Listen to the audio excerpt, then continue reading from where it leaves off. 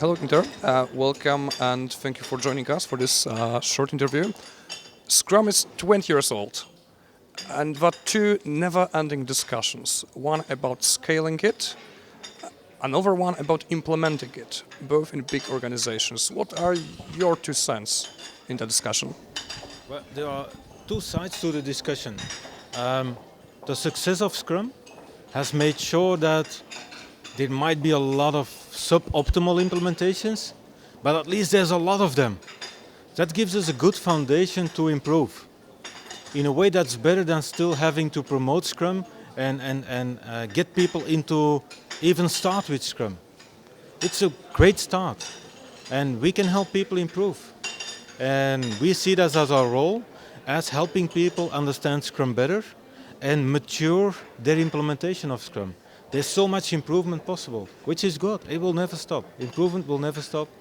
And I prefer lots of people doing Scrum, going there, helping them, giving them new ideas, than still having to convince them to even start with Scrum.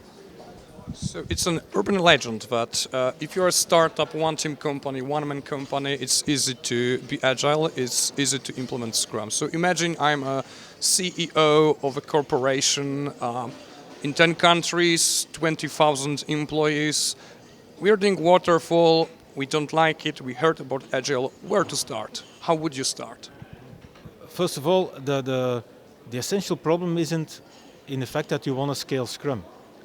The essential problem is that the organization was scaled in the past upon very different angles and very different perspectives. But I understand the problem. Huge companies, huge organizations, they want to go to Scrum. What is so important about Scrum is often overlooked, that it's what I call a bounded environment for action. So it creates some boundaries within which people can take action and limit the risks of their action by time boxing their efforts.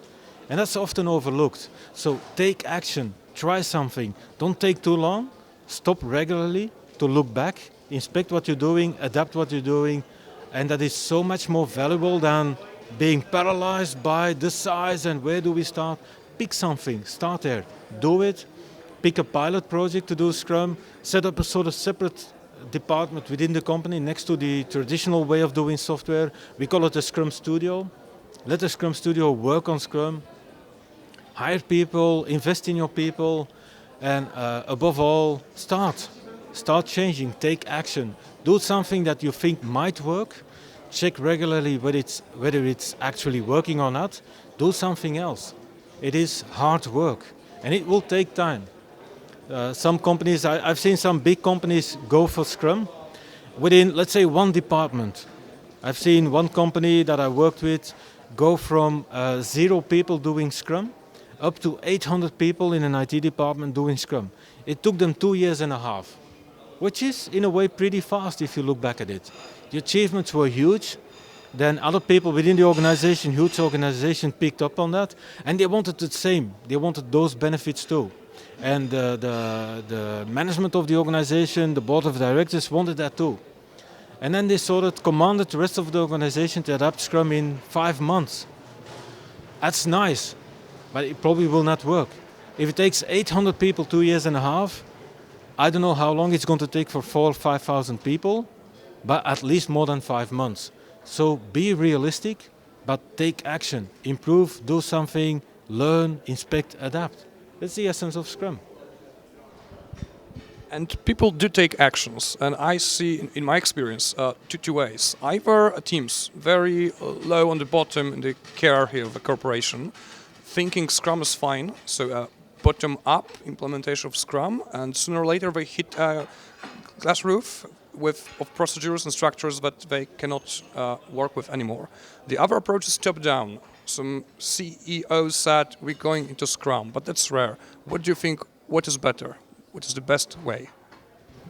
Well, a proper, and I mean proper, lasting implementation of Scrum needs both of them. There's indeed a pattern where people, let's say on the work floor, the teams, they happily adopt Scrum. It re-energizes them, they have fun, but they run into problems that as a team, multiple teams, all of the Scrum Masters together can't resolve. So the enthusiasm goes down again. Why are we doing this if nobody's supporting us? So you can't do it without that bottom-up enthusiasm. If you do it only top-down, that's dictating it. That's commanding and controlling. That's sort of the opposite of agile thinking. In general, helps a lot is knowing why you are adopting Scrum. Adopting Scrum just for the sake of Scrum, that's a very suboptimal view. What are you hoping to achieve by adopting Scrum? More releases, faster releases, higher customer satisfaction, more happy employees, more revenues. That will help you. If you then start measuring those things and let your Scrum adoption, the change process, be driven by those measurements, regularly inspecting, adapting upon those measurements, that will help a lot. Scrum.org has developed two frameworks that are addressing the topic of large-scale Scrum and implementation of Scrum. One is evidence-based management, the other is Nexus. How they are different to what already existed? Well, how they are different is the fact that they fully thrive on Scrum's core principles.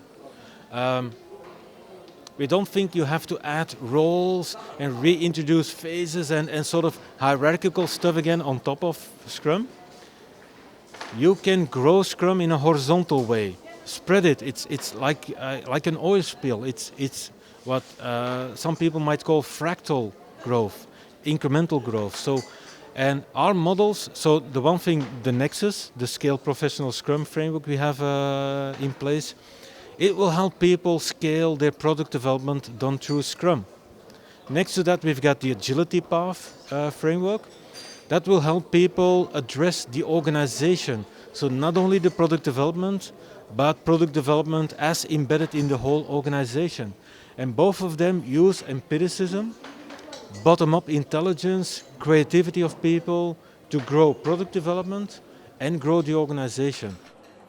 Finally, what would you would you tell to a CEO of a company that has no Scrum, but want to have, to convince him to invest, because that's investment, isn't it?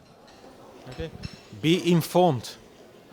Check on the current state of your organization, the happiness of your people, the happiness of your customers, your ability to delight your customers. Is that fine?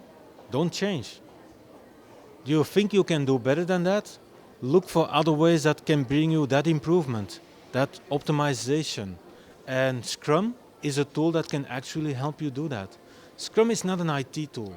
Scrum is a tool for business agility, enterprise agility, that can help you delight your customers more frequently, create more happy employees by creating simply releasable software, bringing it out to the market, closing sort of the feedback loop with your customers.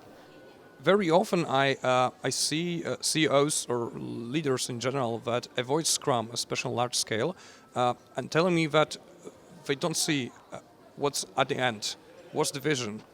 Organizations are hoping to achieve in general by adopting Scrum or other agile processes is achieving a sort of state, a way of being of the organization, which I call agility, a state of constant reinvention, constant adaptation to new circumstances. That's sort of the state you want to bring your organization in. And by doing Scrum, adopting Scrum, that might you achieve that state. But it's also core to agility, the state of constant reinvention, that there is no end state. There is no end final state. It's about continuously adapting. That's very different from the old way of planning things. You can still use elements from Scrum to create roadmaps, to look into the future. But you know what? On top of that, you will constantly adapt your roadmap, replan your roadmap. So there's no need to look 5 years ahead in the future.